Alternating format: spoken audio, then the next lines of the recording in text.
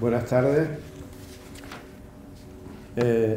Empezamos el acto de la conferencia debate que nos va a impartir la ilustrísima señora doña María Teresa Pajés Jiménez, presidenta del Consejo Social de la Universidad de Granada.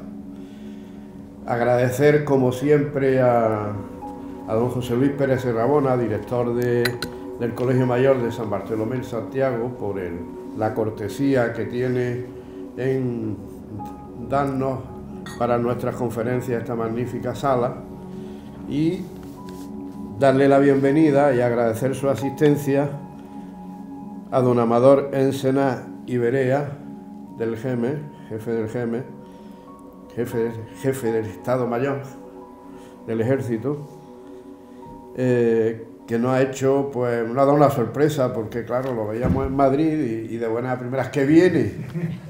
Bienvenido. Y luego me da cuenta que en el periódico efectivamente viene un general francés, general de división. Digo, pues por aquí, eso parece que es verdad, ¿no? A don Juan Hernández Gutiérrez, excelentísimo señor don Juan Hernández Gutiérrez, general de Dirección de Doctrina del Madón, al ilustrísimo señor don Ramón Molina Santiago, coronel jefe del gabinete de Madón, a doña Rosa María Fuentes, aunque parece que todavía no ha llegado, parlamentaria andaluza del Grupo PP, a doña Eva Martín Pérez, concejal del Ayuntamiento de Granada, que hacía tiempo que no la veíamos, le tenemos ya 3 faltas por lo menos. Al ilustrísimo señor don José Amaya Tebas, jefe superior de Policía de Andalucía Oriental, a don José Molina Martínez, coronel jefe, el ilustrísimo señor don José Molina Martínez, coronel jefe de la base aérea de Armilla, a quien ayer fue, ¿no? Estuvimos visitándola en las magníficas instalaciones que tiene en Armilla. A doña María José Martín Gómez, que no sé si habrá llegado, que es la delegada territorial de Desarrollo Educativo, al embajador, el excelentísimo señor Manuel La Rocha, a la excelentísima señora doña Mercedes Molde Miguel, y doña Asunción, doña Asunción, que es la secretaria general de la universidad. Precisamente, doña Asunción... Doña Asunción Torres López, me parece que lo he dicho, secretaria general de la UGR, hombre. Sí, pues yo creo. Así que espero que no olvidarme ninguno de los... es bueno de vez en cuando.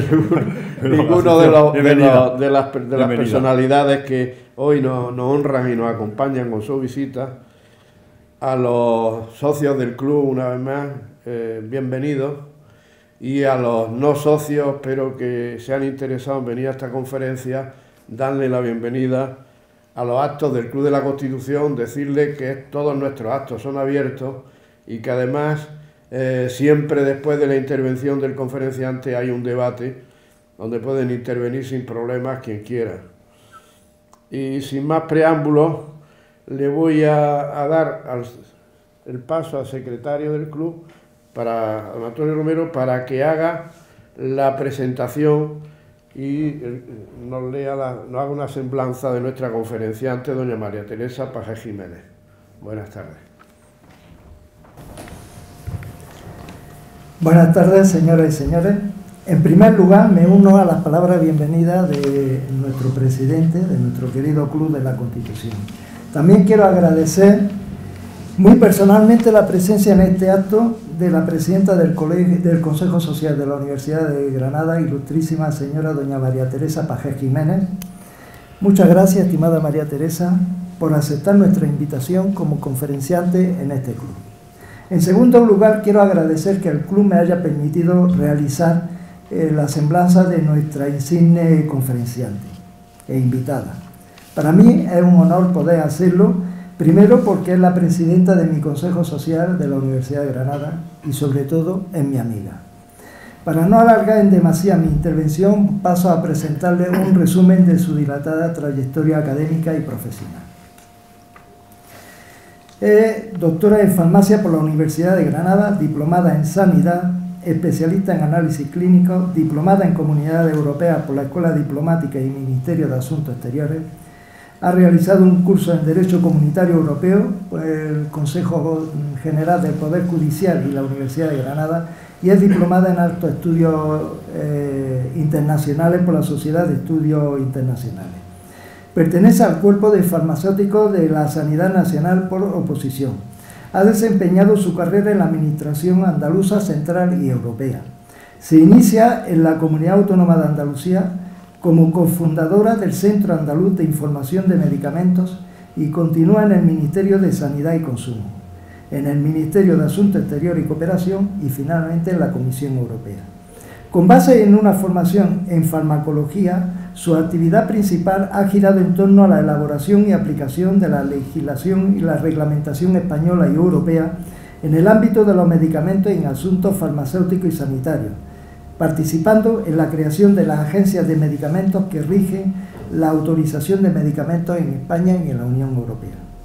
Durante las décadas de los años 90, participa como delegada de España en los grupos de trabajo del Consejo de la Unión Europea en la elaboración de las normas que han establecido la libre circulación de medicamentos en la Unión Europea y la creación de la Agencia Europea de Medicamentos, más conocida por el acrónimo EMA.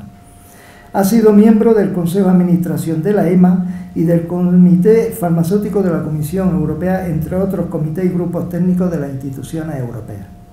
En septiembre de 2002 entra a formar parte de la Comisión Europea por concurso libre como administrador principal en la unidad farmacéutica de la Dirección General de la empresa, estando a su cargo en particular la gestión de los procedimientos para la autorización centralizada de los medicamentos de uso humano en la Unión Europea, supervisión y coordinación con la EMA. Ha formado parte del Comité de Medicamentos de Uso Humano, entre otros comités y grupos de trabajo de la EMA. Ha participado en la elaboración de la regulación farmacéutica y representado a la Comisión Europea en numerosas reuniones y foros europeos e iberoamericanos. En el Ministerio de Sanidad y Consumo formó parte en el grupo de la Coordinación para la Creación y Puesta en Marcha de la Agencia Española del Medicamento y Productos Sanitarios en 1998 como su directora general adjunta. Ha participado también activamente en la organización de la presidencia de España en la Unión Europea en 1995 y 2002 en asuntos de farmacia y sanidad respectivamente, constando en expediente carta de felicitación del ministro de Asuntos Exteriores y Cooperación. Como directora general de Farmacia y Productos Sanitarios del Ministerio de Sanidad y Consumo durante 4 años, asumió las responsabilidades derivadas de la competencia exclusiva estatal de la autorización de los medicamentos y productos sanitarios y su inclusión en el Sistema Nacional de Salud, con determinación de las condiciones de precio y financiación pública. Tutela asimismo la Agencia Española de Medicamentos y Productos Sanitarios, entre otras responsabilidades en materia farmacéutica.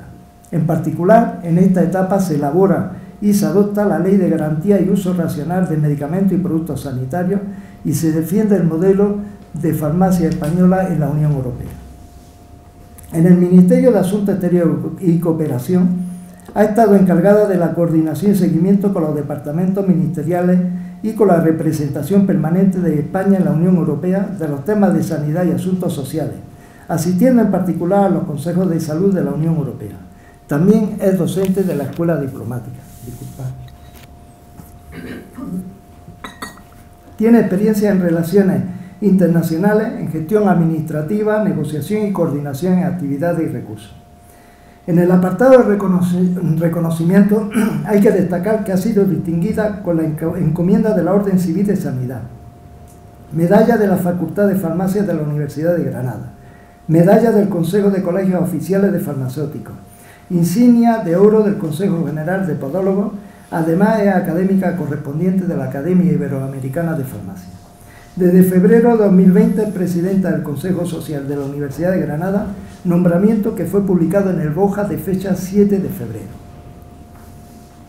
Amigos, esto es solo un resumen y puedo asegurarles que además y sobre todo está muy comprometida con Granada y su universidad, pues desde que asumió su cargo de forma altruista en el Consejo Social, enfocó la tarea con una ilusión y emprendimiento valorada por todos los que la conocemos.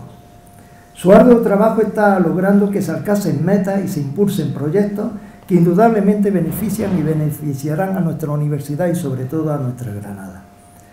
María Teresa, tu labor es un claro reflejo de tu intensa trayectoria profesional, de tu buen saber y de tu talante. Muchas gracias por estar hoy aquí. Sí. Señoras y señores, con ustedes, María Teresa Pajeje. Bueno, muchas gracias en primer lugar por esta cariñosa presentación que no merezco. Presidente del Club de la Constitución, miembro de la Junta Directiva, secretario del Club de la Constitución, excelentísimo señor Amador Enseñat, autoridades militares y civiles, secretaria general de la universidad, mentores y miembros del Consejo Social de la universidad, amigos y amigas. Pues realmente es un honor, yo agradezco muchísimo la invitación que me ha hecho el Club de la Constitución y sobre todo porque comparto sus valores y sus fines. Estoy encantada de poder acompañarlo y participar en el club a través de esta conferencia. Y que quiero aprovechar para acercarle un poco más el Consejo Social de la Universidad de Granada. Recordarles que es el órgano de gobierno, de representación de la sociedad en la universidad, que tiene competencias de carácter de gestión y programación de la universidad. Participamos mediante 3 de nuestros consejeros en el Consejo de Gobierno de la universidad, también en el Consejo Andaluz de Universidades. Tenemos competencias en el ámbito económico, financiero, patrimonial, como la aprobación de las cuentas de la universidad o de sus presupuestos, competencias académicas, de transferencia de la investigación, pero en suma, nuestro trabajo se basa fundamentalmente en apoyar la excelencia de la universidad para que ella repercuta y sea permeable a la sociedad para su beneficio.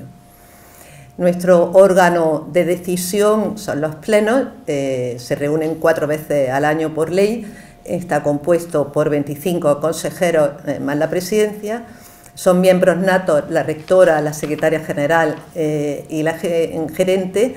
Hay también otros 3 representantes de la comunidad universitaria nombrados por el Consejo de Gobierno de la universidad y como representación de la sociedad hay 4 miembros designados por la universidad, por el Consejo de Gobierno, 4 designados por el Consejo de Gobierno de la Junta de Andalucía, 4 designados por el Parlamento andaluz, 2 representantes sindicales, 2 representantes del empresariado, otros 2 de la Organización de Federación de Municipios y Provincias y otro de intereses de economía social. En suma, se lo recuerdo porque se visualiza así la representación de la sociedad que compone el Consejo Social y que presta su servicio y que está representado en la universidad. Trabajamos fundamentalmente con 3 comisiones, la comisión académica, cuya presidencia ostenta la consejera Eva Martín, que hoy nos acompaña, que se lo agradezco mucho, la comisión económica, tutelada también por la consejera doña María José López, y la comisión de relaciones con la sociedad, que tutela don Francisco Martínez Cañabate. El secretario, que además es miembro del Club de la Constitución, como ven, es don Antonio Romero Romero, también consejero secretario. Y antes de seguir, yo lo primero que quiero es agradecer el trabajo, la dedicación y el compromiso de todos y cada uno de los miembros del Consejo, de todos los consejeros, en particular de los presidentes de las comisiones y del secretario, que de forma altruista prestan su trabajo y su tiempo en el Consejo Social. En el caso del secretario, por primera vez desde que él se ha hecho cargo de la secretaría, porque antes era un puesto remunerado. También agradecer a los mentores, sin ellos tampoco podríamos trabajar, al director técnico del Consejo que hoy nos acompaña, Roberto Gómez, a todo el equipo del Consejo Social, de los administrativos, y por supuesto al equipo de gobierno de la universidad y a todos y aquellos de la sociedad que con su apoyo nos hacen que avanzamos y nos hacen también tener ilusión por conseguir los objetivos que nos planteamos. Y yo he titulado esta charla como Perspectiva desde el Consejo Social. Y cualquier perspectiva, yo creo que en este mundo globalizado, está marcado por nuestro entorno global y nuestro entorno europeo, más como Estado miembro de la Unión Europea. Y coincidiendo con la apertura del año académico en septiembre, hay dos intervenciones de líderes internacionales muy importantes que quiero traer aquí, porque ambos en sus intervenciones hacen referencia a la educación. Y me refiero al secretario general de Naciones Unidas, don Antonio Guterres, que intervino el 20 de septiembre en la Asamblea General de Naciones Unidas. Y de su discurso, más bien quiero retrotraerme a la entrevista que le hacen los medios el día antes y que se publica en la página web de la Asamblea de Naciones Unidas. Y quiero traerlo aquí porque a las preguntas del periodista respondía, pues si me preguntan que solo puedo elegir una cosa para mejorar la situación en el mundo y su seguridad, yo elegiría la educación. Si me preguntan solo una cosa que pudiera explicar mejor el cambio climático y la respuesta que debemos darle, yo elegiría la educación. Si me preguntan cómo solucionar las desigualdades, elegiría la educación. Aunque a continuación pues se lamentaba de que en la complejidad de este mundo que vivimos los presupuestos de educación se van reduciendo. Pero era una respuesta importantísima por el valor que le dan a la educación. Pero también la otra intervención a la que me refiero en septiembre es la habitual de la presidenta de la Comisión Europea en su discurso en el Parlamento Europeo con motivo del Estado de la Unión. Y la señora von der Leyen en su intervención, y fíjense que solo hace 4 años, en el 2018, el anterior, que había otro presidente, Jean-Claude Juncker, en esos 4 años el cambio que ha habido, hemos perdido un Estado miembro con el Brexit, hemos sufrido una pandemia y ahora mismo tenemos una guerra y una crisis energética, solo por señalar algo, lo vertiginoso de los cambios en este mundo global que vivimos.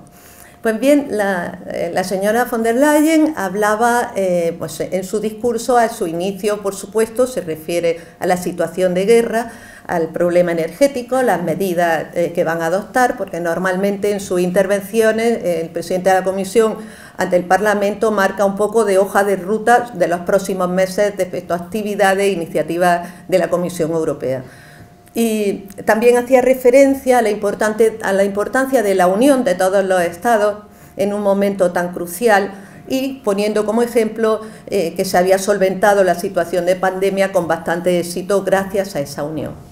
Pero hoy aquí, en este Club de la Constitución, quería hacer referencia a la segunda parte de su discurso en el que habla de medidas que va a adoptar en defensa de la democracia, muy preocupada por las intoxicaciones informativas, la desinformación que se está sufriendo, algo que quiere atajar porque provoca desestabilidad.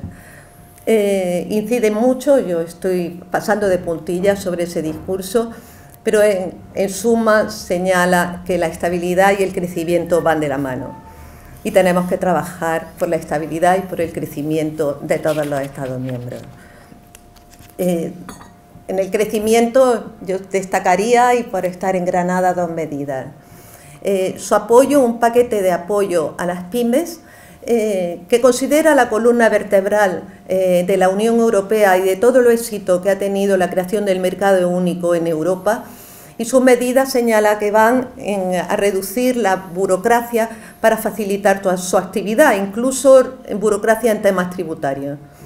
Y la segunda medida en este ámbito, que yo creo que hay que darle mucha importancia, es una ley sobre las materias primas fundamentales.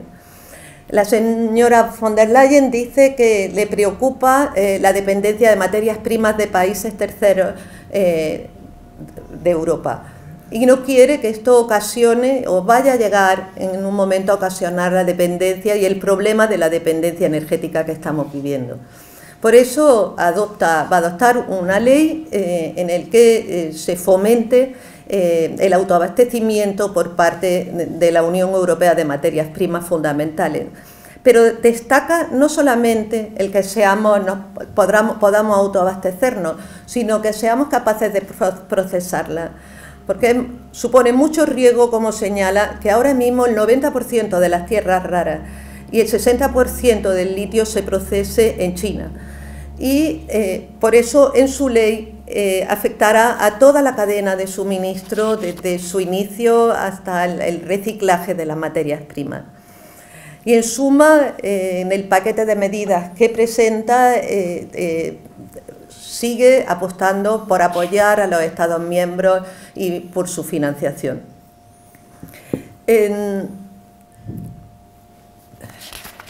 Que señalé al principio que ella también hablaba de educación y efectivamente nombra 2023 como el año de la educación y de la formación continuada. Últimamente le están diciendo de la capacitación, pero en suma ellos lo que quieren señalar es la necesidad de dar respuesta de que no ocurra como está pasando en estos últimos años, que haya puestos de trabajo sin cubrir, porque ahora mismo la demanda de puestos de trabajo tiene un perfil de profesiones o de capacidad o de formación que no se ajusta con las profesiones o con las personas y la mano de obra o los profesionales disponibles. Señala que va a hablar con los empresarios, con las empresas que saben exactamente qué personas y qué profesiones y qué capacitación necesitan ahora y en el futuro, y también con aquellos profesionales en activo que necesitan una formación continuada y adaptarse al nuevo marco en el que nos estamos envolviendo, en gran parte dirigida como la cuarta revolución industrial. Pero ¿qué pasa con las universidades? Con la educación a nivel global. Si recuerdan, en la cumbre de Nueva York de 2015 se adopta la Agenda de Objetivos de Desarrollo Sostenible 2030. Y entre esos 17 objetivos se encuentra la educación. El lema era que no se quede nadie atrás, pero en este momento hay muchas diferencias en la situación, en el acceso a la educación entre regiones o entre los propios países. Por eso, y desde luego las universidades, que son proveedores de educación superior, tienen mucho que decir en este ámbito.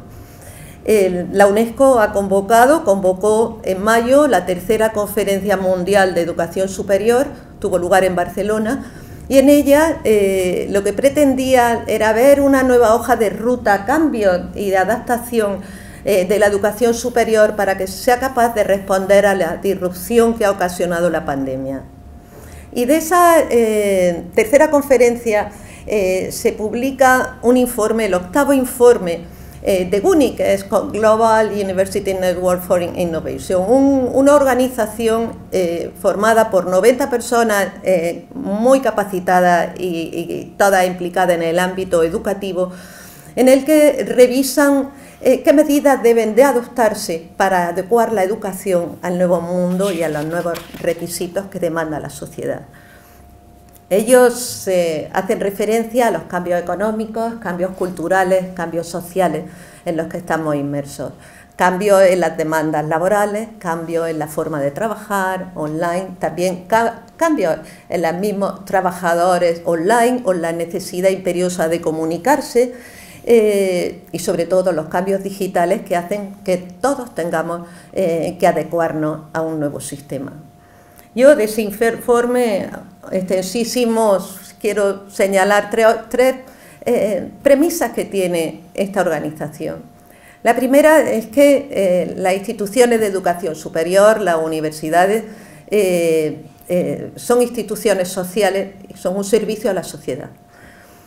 Por otra parte, también señalan que estas instituciones, la excelencia no tiene por qué no estar unida a la institución pública, y la competencia entre las distintas instituciones no puede ser por nada, sino que tiene que ir dirigida a un beneficio de la sociedad, a mejorar ese servicio a la sociedad.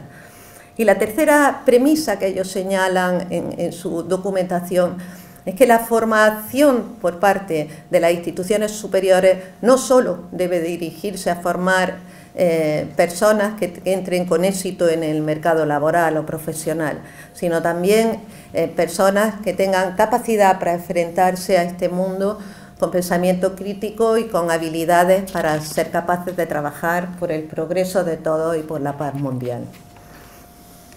En suma, esa es la visión global de un trabajo de la UNESCO, pero ¿qué pasa en Europa, que es la que directamente nos afecta? Europa también va en paralelo a estas consideraciones y en enero ya adoptó una estrategia europea de educación. Recuerden que en el informe señalan que en Europa hay 5.000 centros de enseñanza superior, 17,5 millones de estudiantes de enseñanza superior, 1,35 millones de docentes de enseñanza superior y 1,17 millones de investigadores. O sea que en su conjunto es un volumen que tiene un gran impacto en la sociedad y que, según señalan en su informe, este documento es una comunicación de la Comisión y el Consejo conjunta. Señalan que además las universidades, las instituciones de educación superior que engloban universidades, institutos tecnológicos y escuelas de alta capacidad, tienen una posición única en la que se liga en la educación, la innovación, la investigación, el impacto social y el impacto económico. Por eso consideran que es tan importante apoyarlas, prepararlas, para que puedan ser artífices del cambio y de la defensa, entre otras cosas, del modelo de vida europeo. Ellos señalan en la estrategia 4 objetivos para 2024. El primero, fomentar la dimensión europea, con programas similares a los que han tenido tanto éxito como la movilidad de estudiantes o el impulso a la investigación del programa Horizonte 2020. También quieren impulsar las universidades como faros del modo de vida europea, de su calidad, de su diversidad, de la defensa de los derechos fundamentales, de los valores académicos y de la independencia de la investigación. El tercer objetivo de esta estrategia sería impulsar el papel de las universidades como tractores de todos estos cambios digitales y ecológicos, para a través de su educación, de su investigación y de la innovación tutelar esos cambios digitales, esa transición digital y ecológica.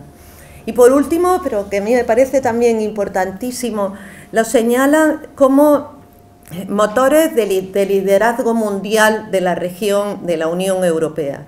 Algo importantísimo, que no pierda el liderazgo en muchos de estos aspectos tan importantes como es investigación, en el que estamos perdiendo pie, o en otra área, la región europea, la Unión Europea respecto a otras regiones del mundo. Y en España tenemos que asumir esta situación. En España hay 50 universidades públicas y 38 privadas. Y José Carlos Gómez Villamandos, que ahora es consejero de universidades de la Junta de Andalucía y que precisamente hoy estaba aquí en Granada, pero en el momento en que dijo estas palabras era rector de la Universidad de Córdoba y presidente de la CRUE, señalaba como elemento muy visible de las universidades españolas su calidad. Daba datos como que el 90% de las universidades españolas se encuentra entre el 5% de las mejores universidades del mundo, y también la capacidad vertebradora de las universidades después del esfuerzo que se hizo de creación de nuevas universidades, lo que supone que cualquier estudiante tiene bastante disponibilidad y bastante cerca de su casa acceso a la universidad. Pero a pesar de esa calidad hay mucho que trabajar, y yo en esa perspectiva que titulaba mi intervención, pues me atrevo a señalar como presidenta del Consejo Social algunos desafíos en los que se encuentra la universidad. Sobre algunos, por ejemplo, y tras leer algunos informes como el de la Fundación BBVA, ella señalaba en este documento que en España estamos 3 puntos superior, el tanto por ciento de titulados superiores respecto a la media europea. Pero en su contra tenemos que, creo que era un 10% de los egresados titulados superiores entre 30 y 34 años están en el paro. O que en torno a un 37% de los egresados trabajan en puestos de trabajo inferiores a su cualificación. Esto significa un desajuste entre la oferta y la demanda, de la que ya apuntaba antes, en el que hay que incidir, como también en cifras de ratio de abandono universitario y estudiantes de FP, de 1 cada 3 que abandona en primero de carrera la carrera que ha elegido. Y en este caso es un problema a nivel europeo, el déficit de mujeres en las llamadas asignaturas STEM, de ciencias, tecnología o matemáticas, ingeniería. Otro gran reto, y a pesar de los grandes esfuerzos que se hace, es la inversión en investigación pública y privada. La semana pasada estuve en la presentación del informe COTEC en 2022 y señalaban que la inversión, en ese documento, la inversión por habitante y por año, si la media en la Unión Europea es de 100, en España es de 48. Por lo tanto, si queremos ser un país verdaderamente avanzado y competitivo, es imprescindible seguir esforzándonos en invertir en investigación. Como también en la financiación de nuestras universidades. Estamos a la cola entre los Estados miembros en inversión en financiación de las universidades. Yo recuerdo a la gerente en nuestros plenos señalar, y en las comisiones económicas, ya, por supuesto, es imprescindible la suficiencia financiera de la universidad, pero también la estabilidad para poder programar actividades. La educación es muy cara, eso es cierto, pero es mucho más caro la no educación o no una educación adecuada para cualquier país. Y hablando de actividades en la universidad, de investigación, se investiga mucho en las universidades y de mucha calidad, pero la transferencia de esa investigación a la sociedad, al sector productivo, es una de las debilidades de nuestro sistema. Y eso lo ha puesto de manifiesto también en un informe que conocemos todos los consejos sociales de la OCDE, fue por encargo del Gobierno español a la Comisión y lo hizo la OCDE. El informe se llama Mejorar la transferencia de conocimiento y la colaboración entre ciencia y empresa en España.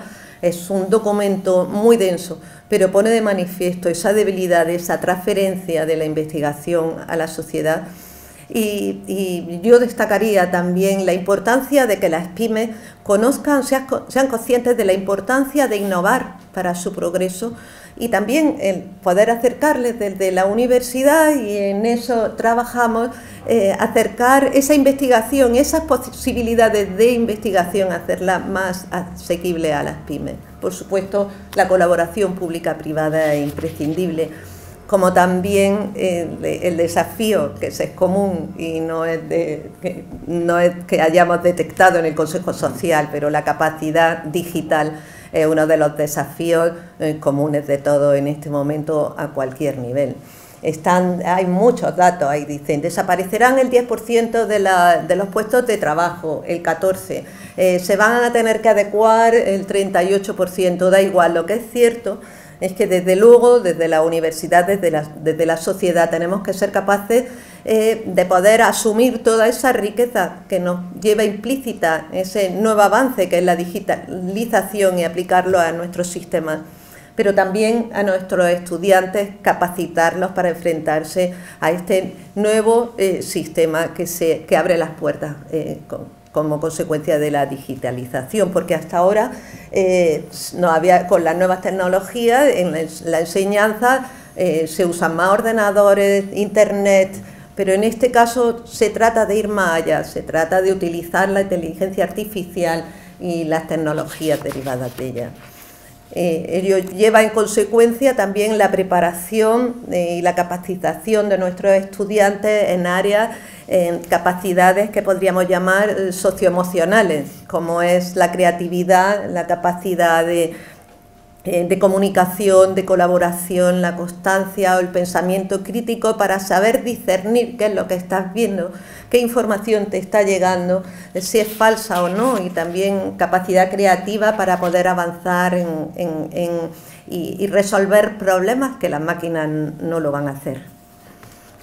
Y en ese marco nos encontramos las universidades andaluzas. Universidades que somos muy distintas, somos 9 universidades, 2 históricas, Sevilla y Granada, 2 universidades que acaban de cumplir 50 años, que son Málaga y Córdoba, han sido reconocidas por la Junta de Andalucía con la bandera, 3 universidades que van a cumplir el año que viene 30 años, que son Jaén, Huelva y Almería, Cádiz con 43 años y la más jovencita Pablo de Olavide que se crea en el año 97. Muy diversas y por eso es bastante complejo adoptar medidas, por ejemplo, de la financiación o en algunos otros aspectos que contenten a todos. En todo caso, en la inauguración del curso académico que se produjo, el curso académico andaluz que se produjo en Málaga, el presidente de la Junta de Andalucía, en primer lugar y a nivel de financiación, remitió 21 millones de euros a las universidades para que tuvieran suficiencia financiera hasta final de año en la situación en que vivimos. Pero además anunció una estrategia andaluza de universidades en la que se va a trabajar para paliar y responder a todo este ámbito que he intentado comentarle muy sucintamente. Además, tenemos un consejero, como he señalado, que ha sido rector, que ha sido presidente de la CRUE, que conoce perfectamente el mundo universitario, que además nos recibió el jueves pasado a todos los presidentes de los consejos sociales andaluces y nos habló del trabajo en el que vamos a participar en la estrategia andaluza de universidades y en la que hemos puesto mucho esperanza por parte de los consejos y me imagino que por la comunidad universitaria, porque desde luego si alguien conoce en profundidad la problemática de las universidades es el consejero actual. Llego a la Universidad de Granada, decía que era un honor y estoy súper contenta con estos compañeros en el Consejo Social, pero además el haberme acercado más a la Universidad de Granada después de tantos años siendo egresada de esta universidad. Porque cada vez que la vamos conociendo y todos vamos conociéndola más, estamos más orgullosos de la universidad y del trabajo, porque hay un trabajo muy duro detrás de cada una de las actividades de la universidad. Por decir algo, es unas pinceladas, es una universidad histórica que dentro de poco va a cumplir 500 años. Es la única universidad de España que tiene sede en 2 continentes y de España y yo creo que de Europa. Tiene 5 campus en Granada y 2 en Ceuta y Melilla, que mima mucho y con mucha razón el Consejo de Gobierno de la universidad y la rectora a su cabeza. Y hay datos, la secretaria general en el inicio del curso académico dio una muy brillante perspectiva de lo que es la universidad en este momento, pero por dar algún dato, en volumen son 60.000, en conjunto 60.000 estudiantes, que sumado al personal docente y al personal de administración y servicios suman 67.000 personas en la Universidad de Granada, con un impacto importantísimo en Granada, en toda la región, en un estudio de 2020, o sea que todavía tendría que actualizarse, que encargó el Consejo Social, señalaba el impacto de un 6,12% en el Producto Interior Bruto granadino y en un 7,7% del empleo de la provincia el impacto de la universidad. Que además hablaba de investigación como algo imprescindible para avanzar y lo hemos visto incluso ahora a nivel sanitario con la investigación en las vacunas, pero en todos los campos es igual de importante, pues la universidad está a la cabeza de la Universidad Andaluza y es la segunda de España en investigación según el ranking de Shanghai. Y eso supone además no solo el prestigio, sino la capacidad de captar fondos de investigación o el prestigio de los autores de la Universidad de Granada citados en distintos ámbitos. También en otra área como es la internacionalización, la Universidad de Granada destaca. Solo, por ejemplo, y todos lo sabemos, en Erasmus, en este año han venido casi 1067 estudiantes se han recibido y 847 han salido desde la Universidad de Granada. Pero sobre todo destacar el compromiso de la Universidad de Granada con la sociedad. Participa y colabora con todas las instituciones, Ayuntamiento, Diputación, MADOC, Patronato de la Alhambra, Parque de las Ciencias, y está implicada y colabora con todas las instituciones y además está implicada en los grandes proyectos tractores de Granada, como IFMI, DONS, la nueva iniciativa, el Centro de Innovación de la Azucarera de San Isidro, y por supuesto en inteligencia artificial. Por eso, bueno, el Consejo Social, por supuesto, apoya la candidatura de Granada como sede de la nueva Agencia de Supervisión de Inteligencia Artificial. Hemos conseguido también el apoyo de todos los consejos sociales de la Universidad de Andaluza, y colaboramos con el alcalde y con las instituciones que lo requieren en todo y cada una de las cuestiones en las que podemos ser de utilidad. Pero además, antes de finalizar de hablar de la universidad, tengo que darle muchísima importancia al Plan Estratégico 2031 que se adoptó y que informó el Consejo Social en un pleno en mayo. Porque si he dicho a nivel global, a nivel europeo, se están moviendo, hay que adecuarse a ese nuevo mundo, no solo la cuarta revolución industrial, sino a los cambios sociales, a todo el nuevo marco en el que estamos moviendo. La universidad, hay que valorar mucho el esfuerzo que ha hecho la Universidad de Granada en colaboración, creo que han sido 500 personas las que han participado, pero además ha habido un tiempo de consulta abierta para desarrollar el plan estratégico, que no es nada fácil elaborar, detallando qué quiere y reflexionando qué universidad queremos para el futuro, y todas y cada una de las circunstancias y de los aspectos en los que hay que incidir con un programa de trabajo. Yo reitero, como lo hicimos el Consejo Social en su momento y como tenemos aquí a la Secretaria General de la Universidad, reiteramos nuestra enhorabuena a la Universidad por esta medida imprescindible e importantísima.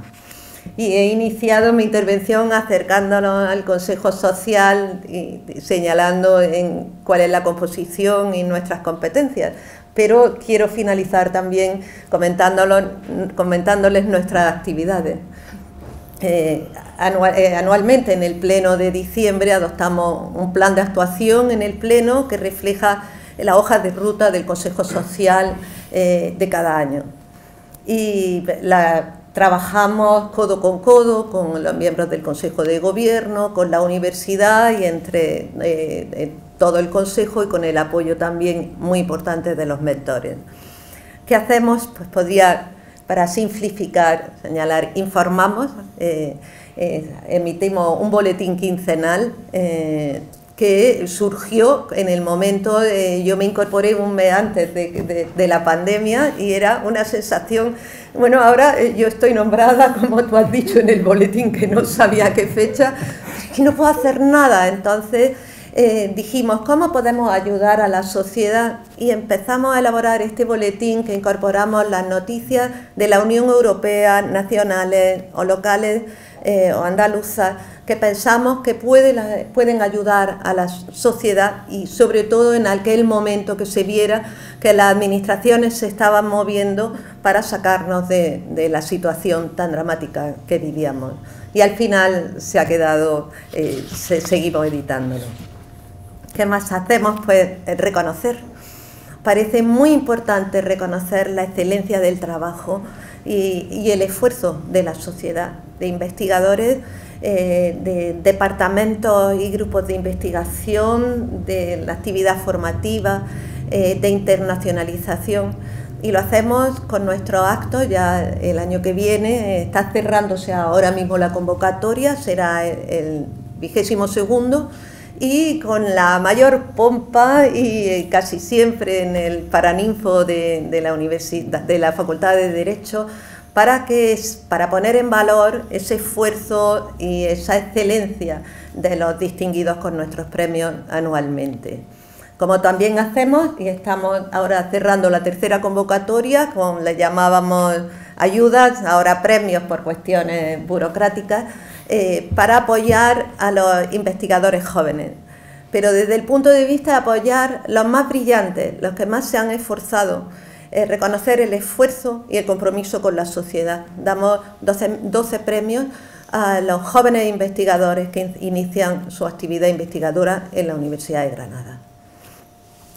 ¿Qué otra cosa hacemos? Pues conocer y darnos a conocer. Todos saben nuestra actividad en diálogos con la sociedad. Ahí invitamos a personalidades de áreas muy diferentes para conocer mejor sus instituciones, conocer sus puntos de vista, aprender, pero también al mismo tiempo dar a conocer la capacidad y la excelencia de la Universidad de Granada.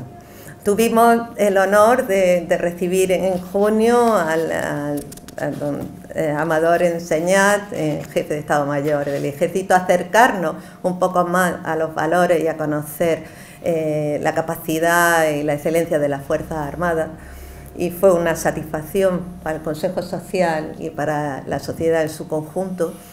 El último acto de diálogos con la sociedad vino la directora de la Agencia Europea de Medicamentos, Cook, y esto tiene también consecuencias. Conoció la Universidad de Granada y ahora mismo estamos cerrando una visita de una delegación de la Universidad de Granada a la Agencia Europea para colaborar. Por supuesto tendrá ventajas puede tener, va a ir también la gerente del Parque de la Salud, pero también puede tener ventajas para la Agencia Europea, porque tenemos una capacidad, por ejemplo, de inteligencia artificial aplicada a la salud, que necesitan muchísimo y tienen programas en marcha. También otra de nuestras invitadas en plena pandemia, que al final no pudo venir presencialmente, fue Cristina Garmendia, la doctora Garmendia, que es la directora de COTEC, que es la organización sin ánimo de lucro emblemática a nivel de innovación en España. Consecuencia de esa visita, conseguimos a través del Consejo Social que se incorpore la Universidad de Granada en COTEC. Y yo en la presentación de ese informe el jueves pasado, en el panel que había, estaba presidido por Su Majestad el Rey, y en el panel en el que estaban las grandes empresas del IBEX español y las grandes administraciones comprometidas con la innovación, también estaba el logo de la Universidad de Granada, el más bonito. Y aparte de pues, la vanidad egresada de la universidad, muy importante que la participación tanto de personal de la universidad como también del Consejo Social, por ejemplo, en consejeros secretarios, en comisiones y en trabajos que están realizando COTEC y que están a la vanguardia y que pueden tener una repercusión muy importante en nuestra sociedad. También, y lo voy a sintetizar porque todo esto es transparente, está en la página web si quieren profundizar, pero no quiero dejar pasar, señalar que el Consejo Social de Granada y también de todas sus comarcas. Y también trabajamos para apoyar a nuestras comarcas. Trabajamos, por ejemplo, en el programa Puentes de la Diputación, con prácticas extracurriculares de jóvenes universitarios en el marco de la agenda urbana para fomentar proyectos, y después del pleno, y si todo va bien, iniciaremos unas nuevas actividades de apoyo para acercar la universidad a las comarcas de Granada, la riqueza de la universidad a nuestra región. Y en suma, trabajamos día a día y nuestro compromiso, el de todos los consejeros y el apoyo de los mentores, es como señalaba antes, apoyando a la universidad en beneficio de nuestra sociedad. Yo quiero finalizar, si me permiten, con unas palabras que dijo Su Majestad el Rey el otro día en Cotec. Decía: los desafíos no se suelen resolver por casualidad. Detrás de las soluciones a los desafíos sociales hay ideas trabajadas con esfuerzo, gracias al talento y al compromiso de personas, equipos y organizaciones. Yo creo que esa es una frase definitiva que yo creo que se puede aplicar a cómo se está trabajando en Granada en todos los aspectos, y que es la forma de vencer los desafíos y lograr y alcanzar logros. Muchas gracias.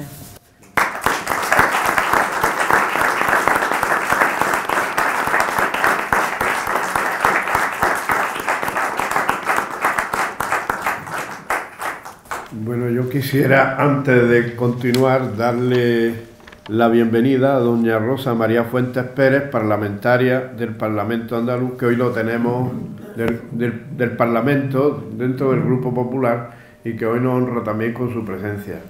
Felicitar a nuestra conferenciante, no ya por lo ilustrativa que ha sido la conferencia y sobre todo enterarnos un poco qué estáis haciendo, que es muy importante. Y aunque hay un esfuerzo, pero siempre estos foros ayudan también a divulgar lo que hacéis. Y nuestra costumbre es abrir ahora un debate, así que te ha tocado. Muy bien.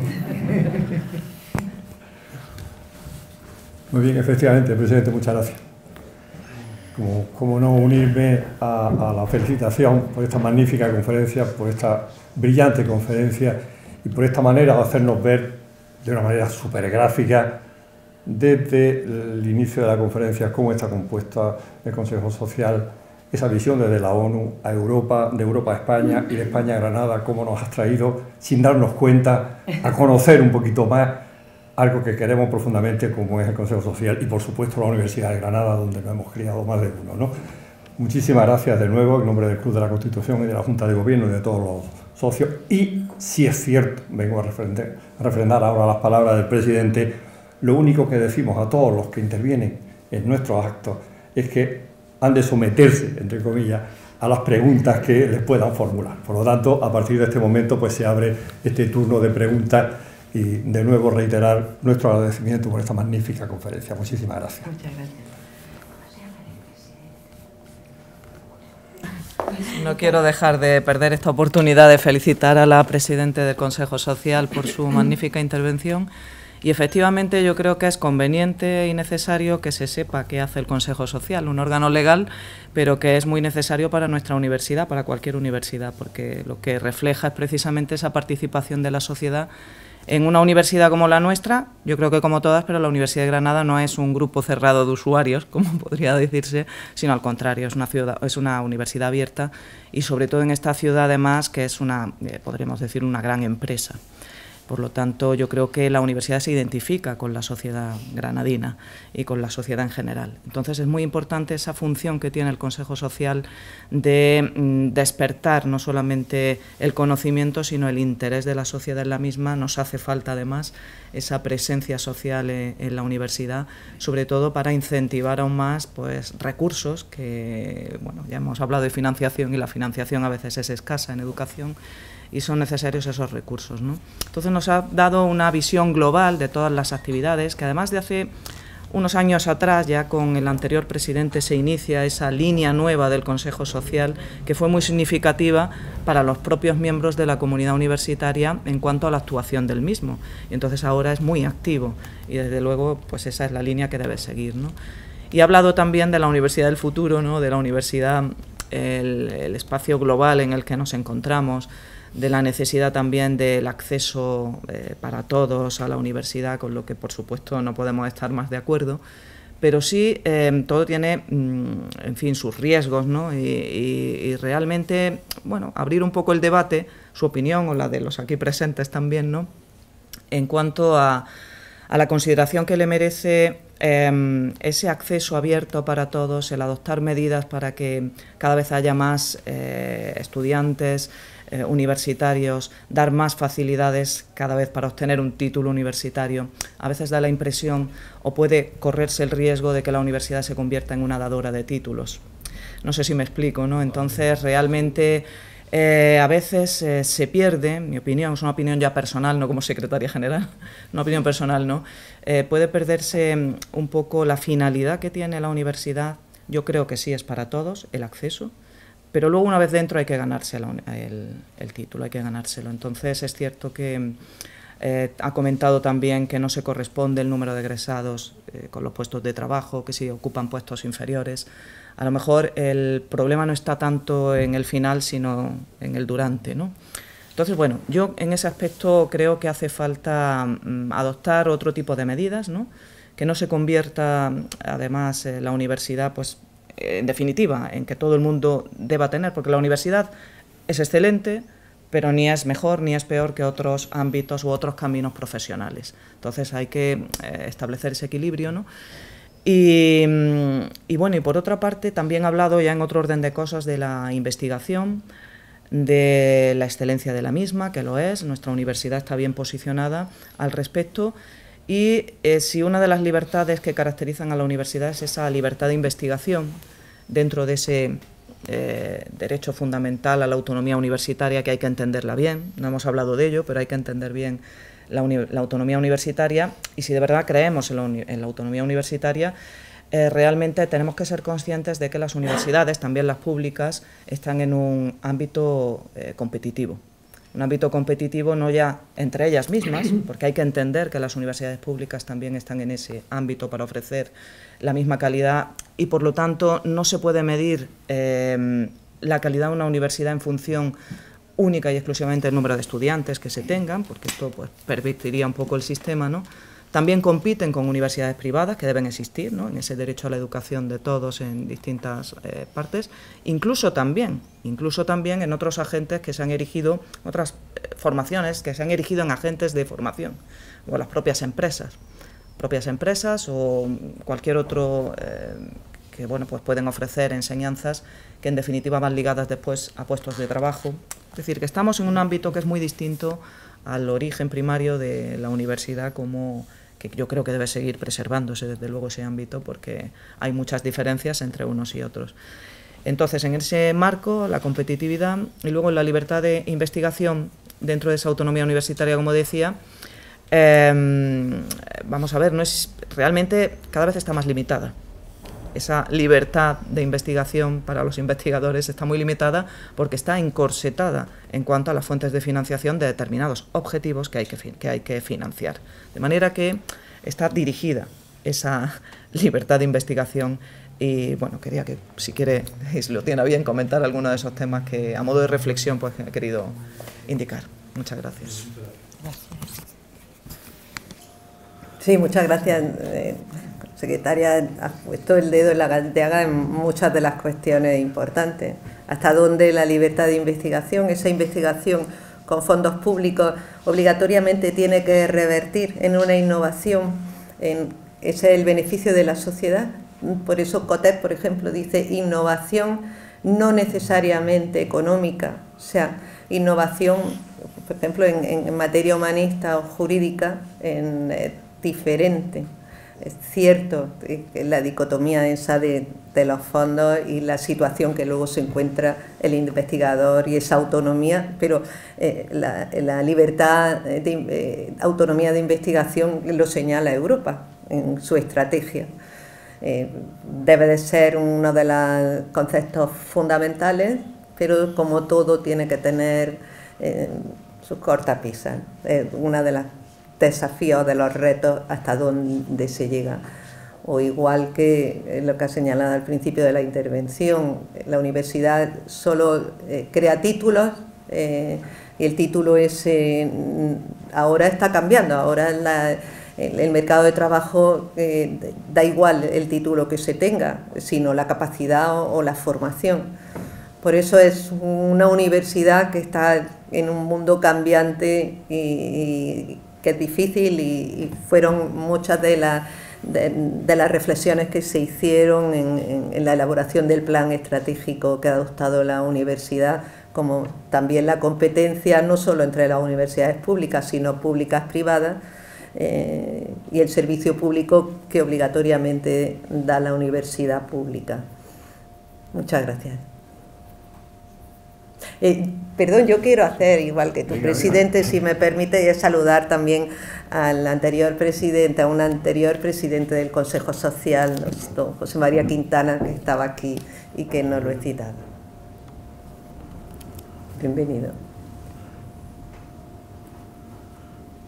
Pues yo sí quiero hacer una pregunta. Has hablado que la excelencia se debe dar no solamente en la universidad privada, sino fundamentalmente en la universidad pública.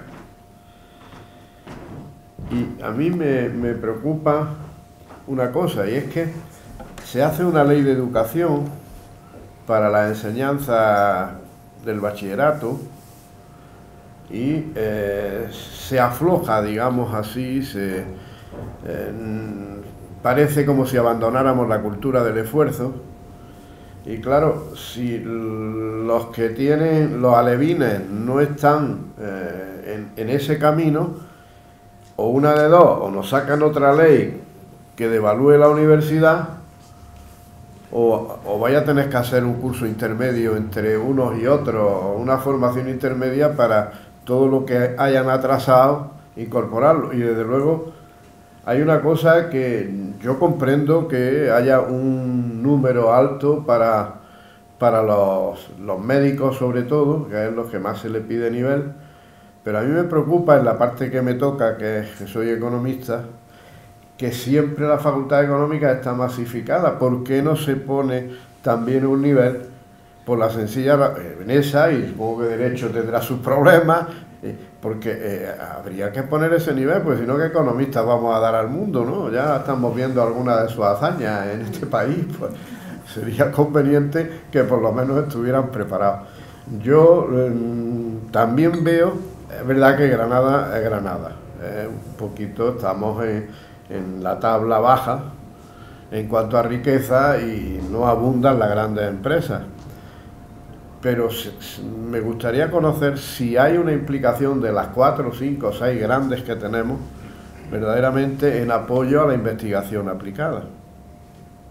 Sí, puedo responder la última pregunta. Precisamente hay colaboraciones de las grandes empresas y no tan grandes, y acuerdos de colaboración con la universidad muy frecuentes, y en nuestros premios anuales tenemos precisamente uno dedicado a reconocer esas empresas que colaboran con la universidad, que pueden hacerlo en colaboraciones específicas o mediante la creación de cátedras o de fomento. Sí, hay bastante compromiso, yo entiendo, de las empresas que tenemos en la provincia de Granada con la universidad.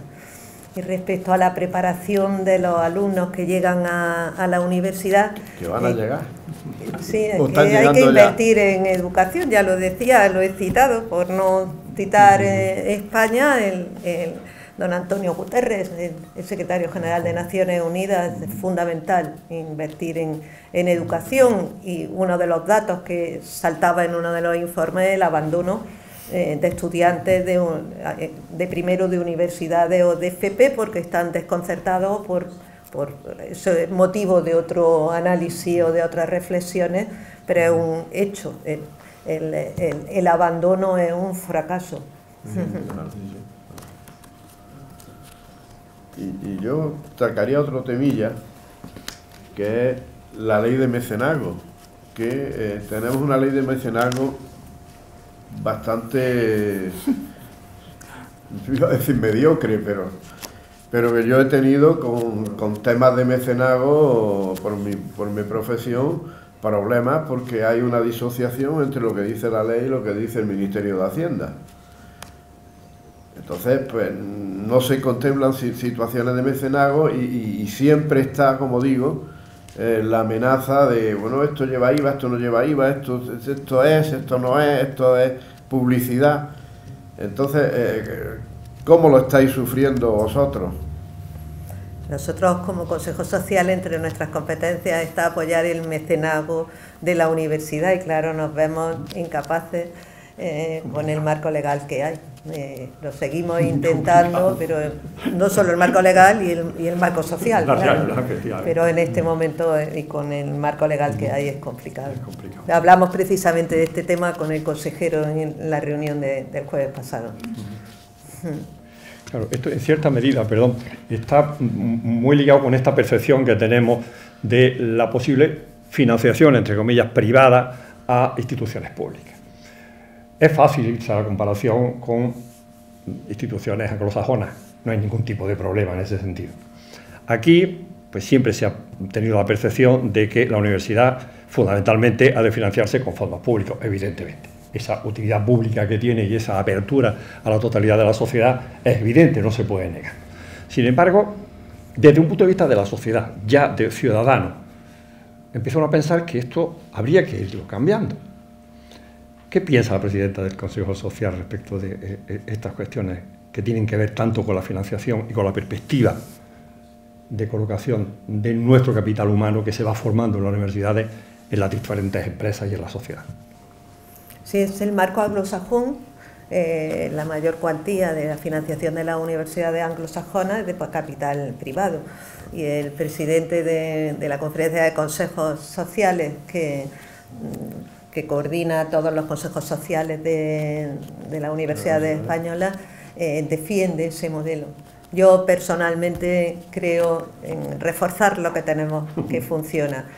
Por supuesto, dar entrada a mecenazgo y a colaboración privada y apoyo privado y participación también, como reforzando incluso el Consejo Social, no porque estamos representándolo, sino porque es la sociedad en la universidad para en el caso de Granada, a mí cuando me hablan, claro, como tenemos un equipo de gobierno de la universidad con el que tenemos muchísima facilidad de diálogo y de intercambio, pero claro, en otra situación sí sería importante otro marco legal reforzando los consejos sociales, pero sin llegar desde mi punto de vista, a un consejo de administración, por lo menos eso sería un cambio tremendo y del mundo anglosajón en muchísimas cosas, y vosotros como juristas lo sabéis más, es muy diferente al marco en el español. Sería muy arriesgado. Muchas gracias. Yo quiero hacerte una pregunta, discúlpame si la pregunta es un poco incisiva, pero has hablado desde tu punto de vista de las perspectivas de la Unión Europea y sobre todo de España, de la tasa de abandono de los estudiantes, así como del nivel de egresados que luego no encuentran un trabajo acorde con su cualificación. Medidas que se están sufriendo últimamente de una forma bastante desmedida. Mi pregunta es muy fácil. ¿Qué crees que medidas deberían de adoptarse, o por lo menos algunas de las medidas que tú crees más fundamentales, para paliar en lo posible algunas de estas desfases que tenemos educativos? Bueno, yo lo más directo es lo que hacemos en el Consejo Social, que intentamos, revisamos aquellas titulaciones o aquellos máster que tienen muy pocos alumnos, o verla. Lo que pasa es que está encorsetado, es que ni la propia universidad puede adecuar las titulaciones sin pasar con unos trámites burocráticos muy complejos, pero es algo en lo que estamos incidiendo y que el gobierno de la Junta de Andalucía se va a poner en marcha para adecuar esas titulaciones con asignaturas que a lo mejor habría que modificar, o más anulación de máster o incorporación de nuevos máster, que sea más ágil y que se vaya poco a poco adecuando a lo que demandan las demandas de empleo que hay o demandas de las sociedades profesionales. Que yo, casi sabes más que yo en este tema.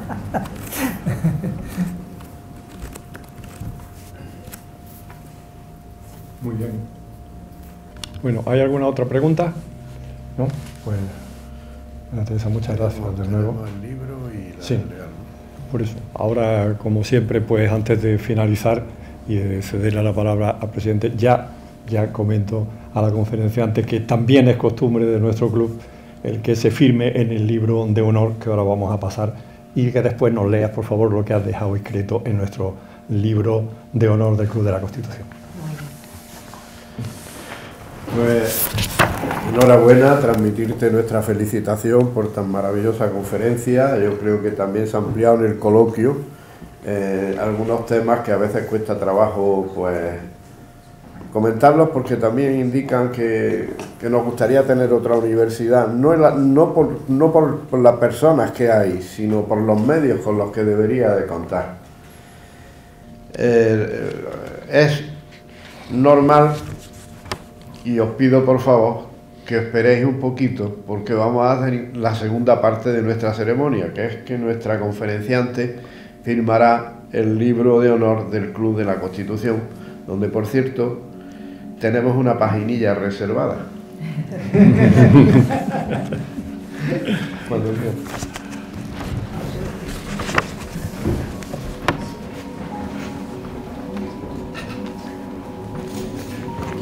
Sí. Toma.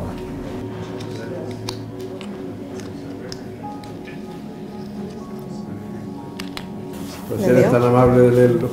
Ha sido un honor colaborar con este Club de la Constitución, con quien comparto valores y fines, y espero en el futuro seguir colaborando como presidenta del Consejo Social y a nivel personal. Gracias. Muchas gracias. Queremos imponerte la insignia. La verdad es que es muy bonita. Sí, es preciosa, sí.